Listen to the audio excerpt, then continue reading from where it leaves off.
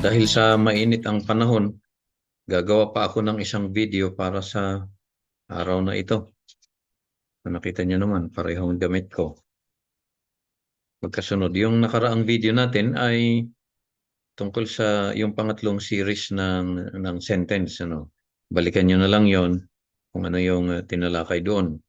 At yung paggamit ng yung direct address sa noun. Dahil natukoy na rin ang noun doon sa video na yon, ay pag-usapan na natin ngayon ang tungkol sa noun. I-share ko itong video para makita natin. Kasi bago natin pag-usapan ito, mayroong isang introductory comment doon sa page. Tingnan natin ha. Lesson number 4 of the Basic English series. Sabi niya, parts of speech. So ito 1.1. Ito nouns. Ito muna, before we move on, dito muna ako, let's briefly mention the 8 main groups of words in English commonly called parts of speech. So 8 pala yan. 8 parts of speech. These are nouns, pronouns, verbs, adjectives, adverbs, prepositions, conjunctions, and interjections. Ito yung 8 na tinatawag natin na parts of speech in the English language. Kaya unahin natin ang noun kasi kadalasan yan ang hindi nawawala ang noun sa English sentence. Yan ang isa doon sa pinaka main part.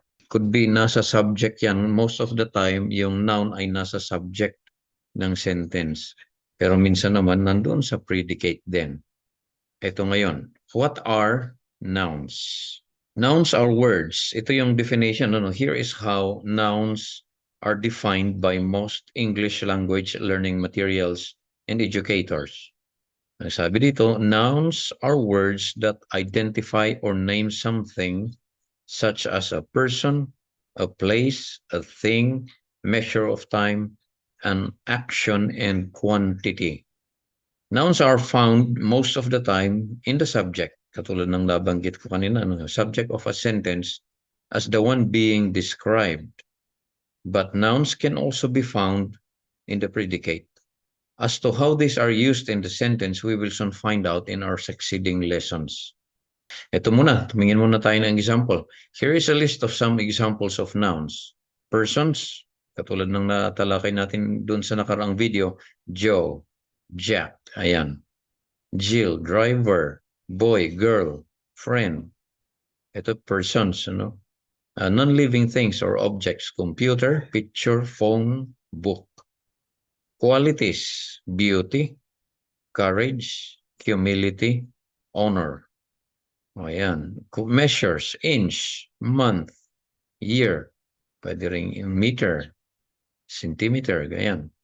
Quantity, 1, 10, 100, 1,000. So ito yung mga noun na tinukoy doon. Kung balikan natin yung definition. A person, a place, a thing, measure of time, an action, and quantity. Nakalimutan nating nilagyan ng example pala ito ng place. Pero kahit anong place ay pwedeng ilagay dyan. Philippines, America, England, Singapore, Thailand. Ayan, pwede rin Manila, Bangkok. Ayan ay lahat ay nouns na tinutumutukoy sa lugar. On the above examples, there are 2 main groups. Kung pansinin ninyo, 2 main groups of nouns that are described below. Ito yung dalawa. Concrete nouns, those that we can touch and feel, and abstract nouns, those that we cannot touch and feel as they name ideas and actions. Kung titingnan natin doon sa taas, katulad ng qualities, hindi mo naman mahawakan yun. We cannot touch this, but they are nouns. This one also, inch, month, year, numbers also, you cannot touch them. And quantity. Next, we also have secondary group of nouns. Besides the main groups, mayroong tinatawag na proper nouns. What are proper nouns? These refer to a particular person, place, or thing. Ayan, mali yun, ano? Or thing yun. Common nouns, these refer to a class of people, places, and things. Ayan. So, makikita natin ito sa mga susunod na mga halimbawa natin dito sa baba. How can we identify proper nouns from common nouns? Tingnan natin yung halimbawa dito sa baba. Proper nouns, Sophia, England, America, Blackie, Sunday, Thomas Edison. Dito naman, yung equivalent niya, common nouns, girl, country, state, course, day, scientist. Ayan, so ito yung proper noun niya. Ito yung equivalent niya sa common noun. Okay, ang sabi dito, we earlier mentioned the different rules in English grammar and we already learned 2 of them. The third one is also called noun rules and is described below in connection with what we discussed in this lesson. The third ELGR and first of the noun rules we will cover in the next lessons. Ito English grammar rule number 3, ELGR 3. Ito ang tandaan nyo. The first letters of proper nouns are always in the uppercase or capitals, in capitals. No? Yan ang tandaan natin. Paano mo makikilala? Paano mo ma-identify yung proper and common noun? Kapag nag-umpisa sa capital letters, yan ay proper nouns.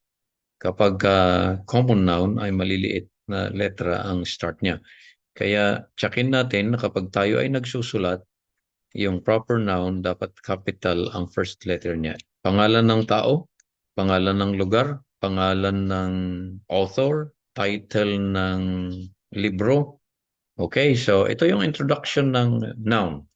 At itutuloy pa natin sa susunod na lesson, ito lesson number 4 na ito. Sa lesson number 5, makikita pa natin ang ibang mga aspects ng noun na matututuhan natin. So, dito muli natatapos ang isa pang episode dito sa Ingleserong Igorot. Series niya ay Basic English Series by Ingleserong Igorot. Sana may natutuhan kayong muli dito sa ating discussion tungkol sa nouns at magkita-kita tayong muli doon sa susunod na video. This is Ingleserong Igorot signing off. See you in the next video.